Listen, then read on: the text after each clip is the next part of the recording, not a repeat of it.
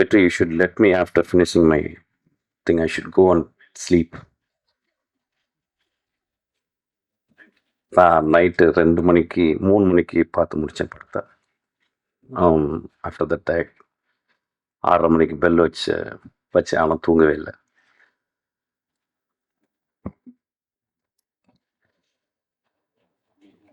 இரண்டாம் உலகப் போரில் பிரான்ஸில் நாசி படைகள் ஆக்கிரமிச்சிருந்துச்சு. அப்போ ஒரு நாசி ஆஃபீஸர், ஜெர்மன் ஆஃபீஸர், அவர் பிகாசோனுடைய வீட்டுக்கு போகிறாரு. அந்த வீட்டில் அப்போ தான் வரைஞ்சி முடிச்சிருந்த ஒரு பெரிய பெயிண்டிங். அந்த பெயிண்டிங் பேர் குவர்னிகா. அதை அந்த நாசி ஆஃபீஸர் பார்த்துட்டு, இவ்வளவு மோசமான பெயிண்டிங்கை நீங்களா வரைஞ்சிங்க அப்படின்னு பிகாசோ அவர் கேட்குறாரு. பிகாசோ சொல்கிறாரு, இல்லை நீங்கள் தான் வரைஞ்சிங்க அப்படின்னு. குவர்னிகா போரை, போரின் இழிவை, போரின் தேவையற்ற தன்மையை, உலகத்தில் குவர்னிகா மாதிரி இது வரைக்கும் எந்த ஒரு கலைப்படைப்பும் விமர்சனம் செய்யவில்லை.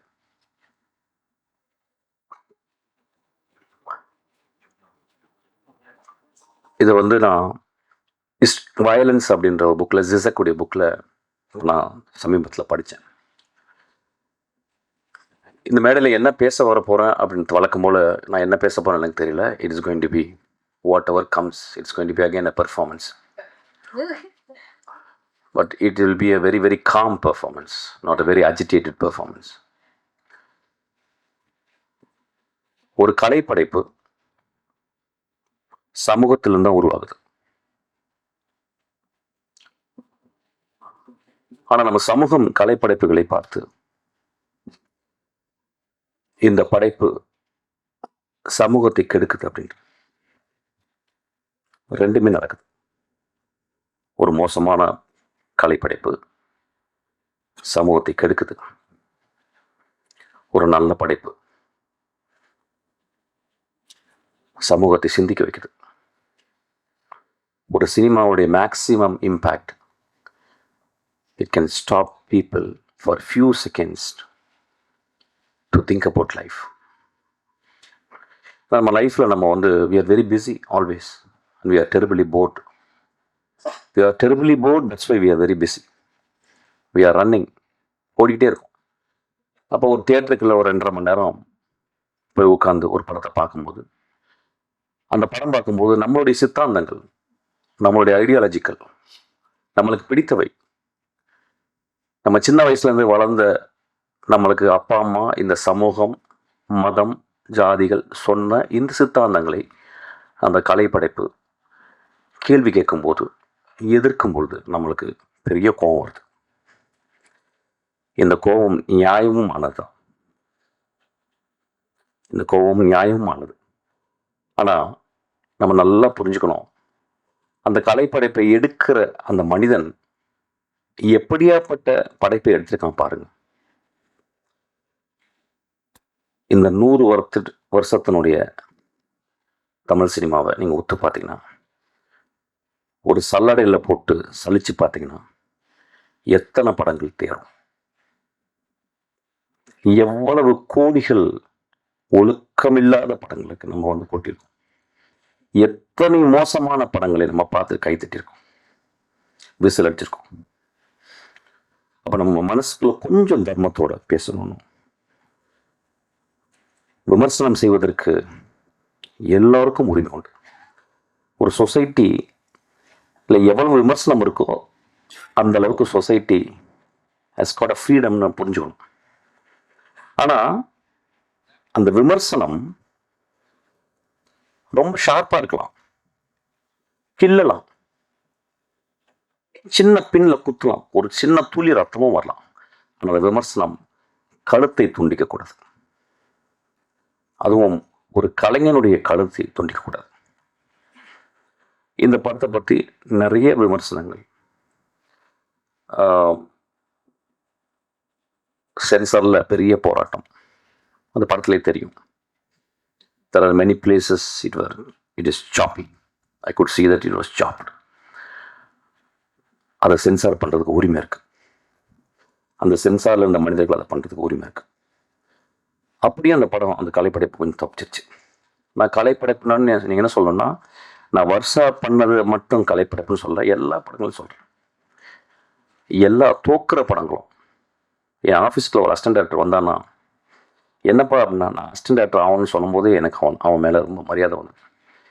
ஏன் 2000 3000 தொழில் இருக்கும்போது ஒரு இளைஞன் நான் சமூகத்திற்கு கதை சொல்லணும்னு வரானே, அவன் எவ்வளோ பெரிய கலைஞன். அவனுக்கு சொல்ல தெரியுதோ இல்லையோ, அவனுக்கு சொல்ல வருதோ இல்லையோ, அவனால் சொல்ல முடிஞ்சதோ இல்லையோ, 30 வருடங்கள் ரோட்டிலே இந்த தெருவுகளில் வேஸ்ட் பண்ண, இந்த டீ கடையில் வேஸ்ட் பண்ண அசிஸ்டன்ட் டைரக்டர் எனக்கு தெரியும்.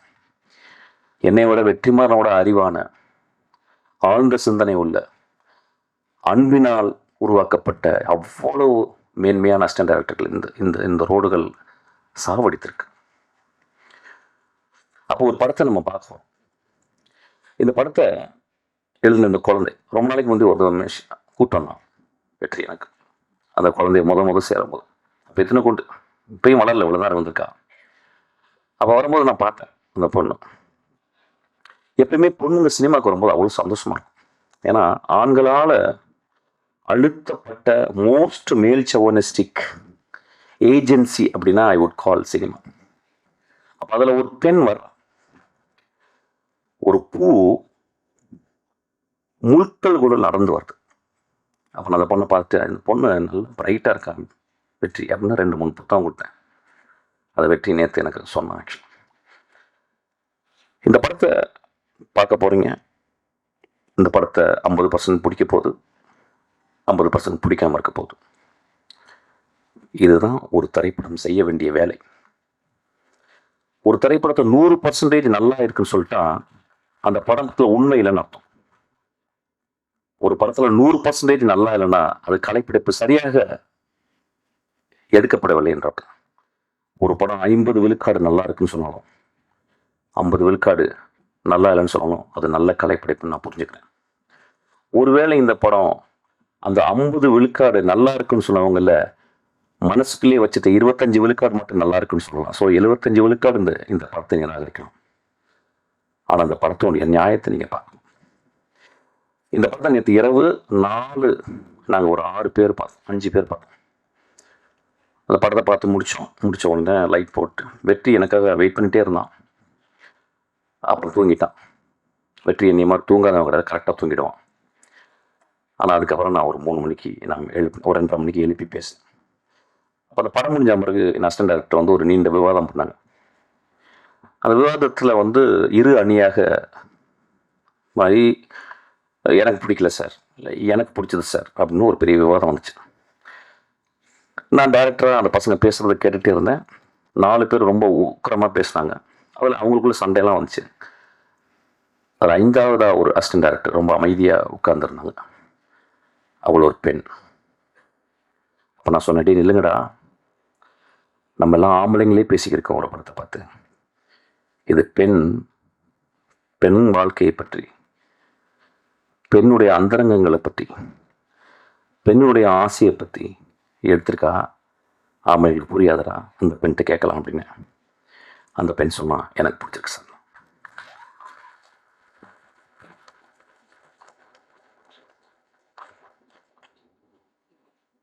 இந்த படத்தை ஏன் வந்து வர்ஷா பேட் கேர்ள்னு வச்சா, ஏன் குட் கேர்ள்னு வைக்கல?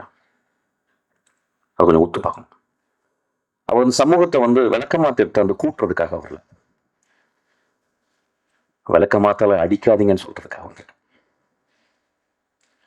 ஏன் அவன் வந்து குட் கேர்ள்னு வைக்கல, பேட் கேர்ள்னு வச்சானா அந்த அந்த கதாசிரியர், அந்த குழந்தைக்குள்ள கதாசிரியர், அந்த குழந்தைக்குள்ள வாழ்க்கை அனுபவம், அந்த குழந்தை சந்திச்ச மோசமான தருணங்கள், இதெல்லாம் ஒரு பெண்ணை எப்படி பண்ணுது அப்படின்னு ரொம்ப மனசுல வந்து ஆழமாக. எனக்கு தெரியும் ஒரு படத்துக்கு டைட்டில் வைக்கிறதுக்கு 6 மாதம் ஆகுது, எனக்கும் வெற்றிக்கலாம். ஆனால் ஒரு பெண் வந்து நான் ஒரு பேர்ட் கேர்ள்னு சமூகத்தில் சொல்லியிருக்கேன். என்னை பேர்ட் கேர்ள் நீங்கள் சொல்கிறீங்கல்ல, நீங்கள் கொஞ்சம் ஒத்து பாருங்க, என்னை கொஞ்சம் ஒத்து பாருங்க, என் வாழ்க்கையை ஒத்து பாருங்க.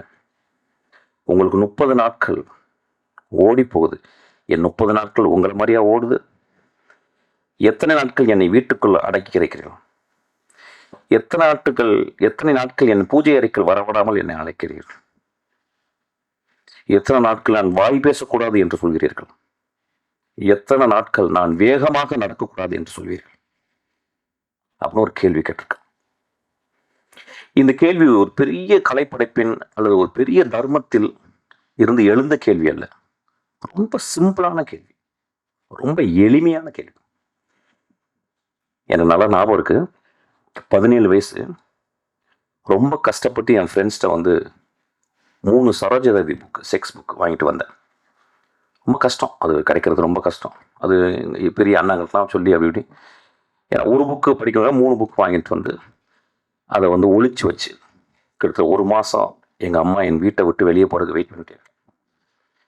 எங்கள் அம்மா மார்க்கெட் போயிட்டு வருவாங்க, ஆனால் அது எடுக்க போவோம், அந்த பயம் இருக்கும். ஒரு வேகமாக அந்த படங்களை மட்டும் பார்க்கறது, பிளாக் அண்ட் ஒயிட் படங்களை.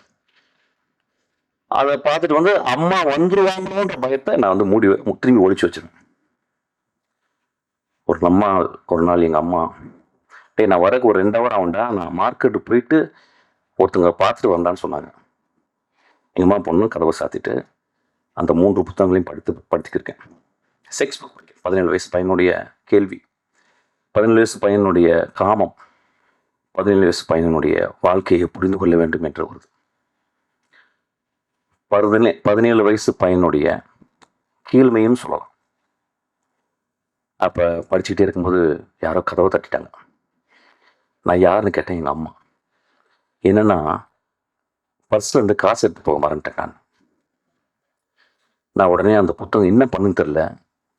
எங்கள் வீடு பெரிய வீடு, ரொம்ப வறுமையான வீடு, சின்ன வீடு, ஒரு ரூம் தான். அப்போ ஒரு டேபிள் இருந்துச்சு, டேபிள் மேலே ஒரு டைனோரா டிவி இருந்துச்சு. அந்த டேபிளுக்கு அந்த பக்கம் கேப்பில் அந்த 3 புத்தகங்களை போட்டு விட்டேன். உடம்பெல்லாம் வேர்த்துருச்சு. எங்கள் அம்மா திறந்து பார்த்து, என்னடாச்சு? இல்லைம்மா, எனக்கு ஒரு மாதிரி ஜுரம் அடிக்கிற மாதிரி வெளியே ஓடிட்டேன். வெளியே ஓடி ஒரு 3 மணி நேரம் கிரிக்கெட் விளையாட போயிட்டேன். பக்கத்தில் உட்லண்ட்ஸு,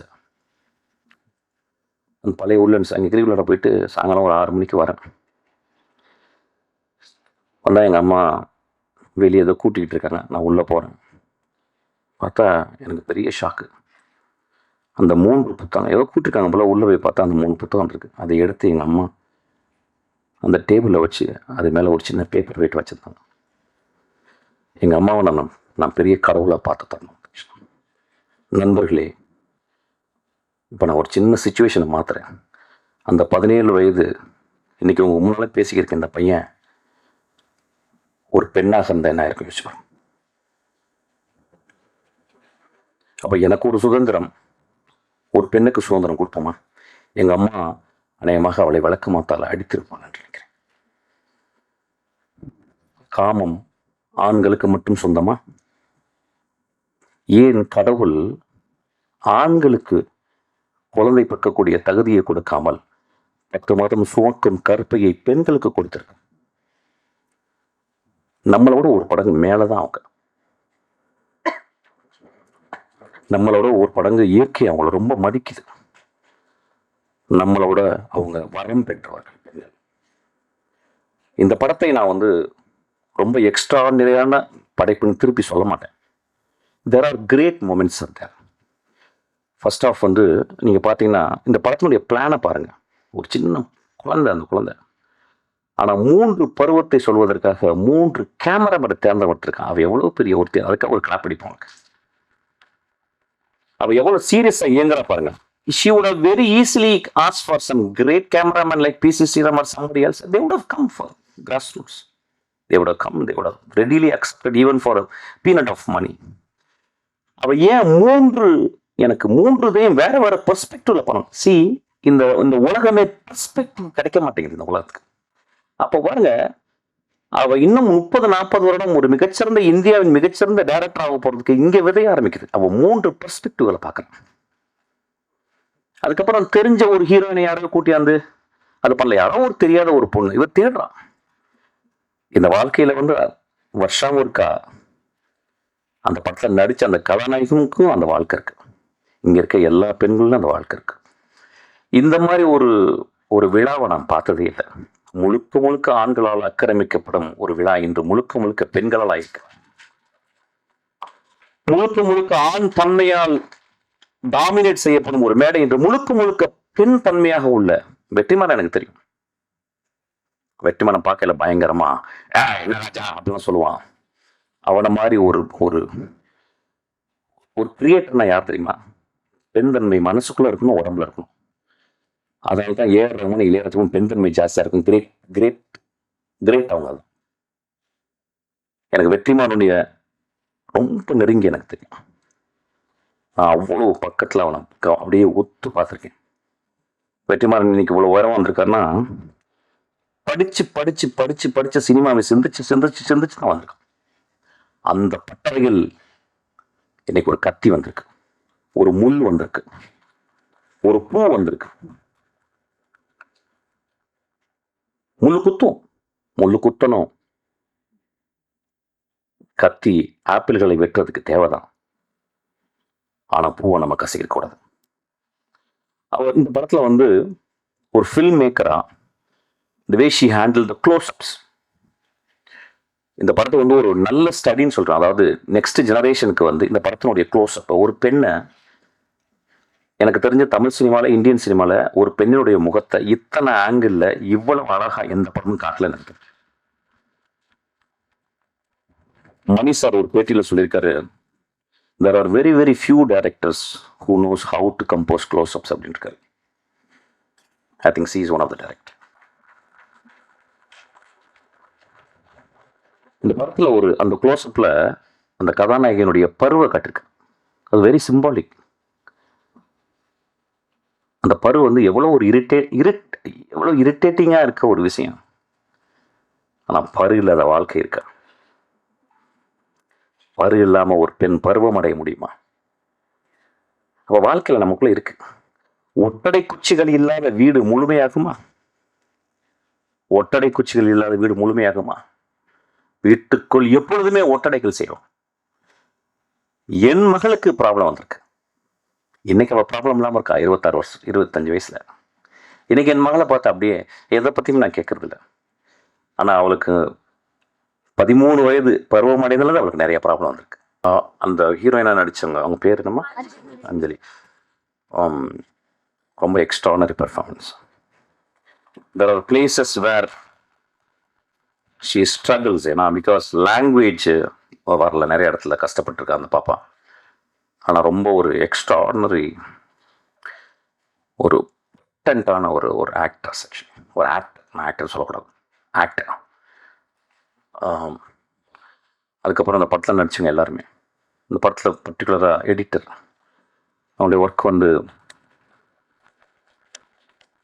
இந்த எடிட்டிங்கை ஒரு ஆண் பண்ணியிருக்க முடியாதுன்னு நினைக்கிறேன். இது ஒரு பெண்ணுடைய பார்வையில் தான் இந்த எடிட்டிங் உட்காருங்கம்மா. அந்த படத்தில் நடிச்சிங்க எல்லாருக்குமே, கேமராமேன், அந்த பையன், அதுக்கப்புறம் அம்மா. வந்து எங்கள் ஊர் பாட்டுக்காரனை வந்து ஒரு 50 வாட்டி நான் பார்த்துருப்பேன். நான் யுத்தம் செய்ய எழுதி முடிச்சு யார் ஹீரோ நான் கதை சொல்லி முடிச்சிட்டேன். குரம் சாருக்கு யார் ஹீரோ, நாங்கள் பாண்டியர் ராமராஜன் சொல்லிட்டேன். அவர் ஐயோ நெஞ்சில் கை வச்சு எந்திரிச்சிட்டாரு. நான் நிஜமாவே நான் வந்து ராமராஜன் தான் அந்த படம் எழுதுனேன்.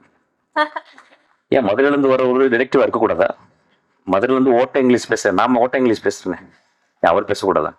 ஆனால் ப்ரொடியூசர் பயந்தார். சரி சார், அப்போ சேரன் சார் அப்படின்னு உட்காந்தார். அப்படி தான் சேரன் வந்தார். அவங்கள ரொம்ப நசிச்சிருக்கம்மா, இந்த படத்தில் ரொம்ப எக்ஸ்ட்ரானரியா. I think you used all your maybe 35 years you couldn't come actually. The gap made you a kind of a boiler actually, kind of ஒரு ரொம்ப பியூட்டிஃபுல்லாக நினச்சிருந்தீங்க. அதாவது எனக்கு தெரிஞ்சது, அதாவது இருக்கிறதுலே கஷ்டம் குடிகாரனோட குடிச்சிட்டு குடிக்காமல் இருக்குன்னு கண்ட்ரோல் பண்ணுறது தான் ரொம்ப கஷ்டம் ஆக்சுவலாக. அந்த தாய் முழுக்க முழுக்க தான் 2 பக்கமும் இருதலைக்குள்ளி எறும்பு போல் கஷ்டப்பட்டுக்கிட்டே, இந்த பக்கம் ஒரு வீடு, இந்த பக்கம் குழந்தை, அதுக்குள்ள படுற கஷ்டத்தை ரொம்ப எக்ஸ்ட்ரானரியாக பண்ணீங்க. தேங்க்யூ. அதுக்கப்புறம் எனக்கு பெரிய சர்ப்ரைஸ் வந்து சரண்யா வந்து ஒரு எக்ஸ்ட்ரானரி ஆக்டர்ஸ். என் படத்தில் வந்து நான் ஏதாவது ஒரு சின்ன சின்ன கேரக்டர் தான் எழுத முடியாது ஆக்சுவலி. ஒரு சின்ன கேரக்டர் கூட வந்து பண்ணுவாள் ஆக்சுவலி. அவ்வளோ ஒரு ஒரு ரொம்ப ரொம்ப ஒரு ஜென்யூனான ஹார்ட்டான இந்த படத்தில் வந்து நல்ல பெர்ஃபார்ம். டப்பிங் நீ பண்ணியிருக்கலாம், ஆனால் கொஞ்சம் தப்பாக இங்கிலீஷ் பேச தெரியும், அதனால தான் வருஷம் கரெக்ட் பண்ணிட்டேன் அப்படியே. அதில் புரிஞ்சிருச்சு ஆக்சுவலாக. யாரும் நல்லா டப் பண்ணியிருக்காங்க, இங்கிலீஷ்லாம் சரணியா வாயில் வந்து பேச வச்சுருக்காங்க, அதில் ரொம்ப தேங்க்ஸ். இந்த பாப்பா யார்? இந்த பாப்பா நீ ரொம்ப எக்ஸ்ட்ரானரியாக பண்ணியிருக்காங்க. இந்த இன்னைக்கு வந்து I think she rule this stage. ரொம்ப நல்லா இருந்துச்சு. Thank you so much.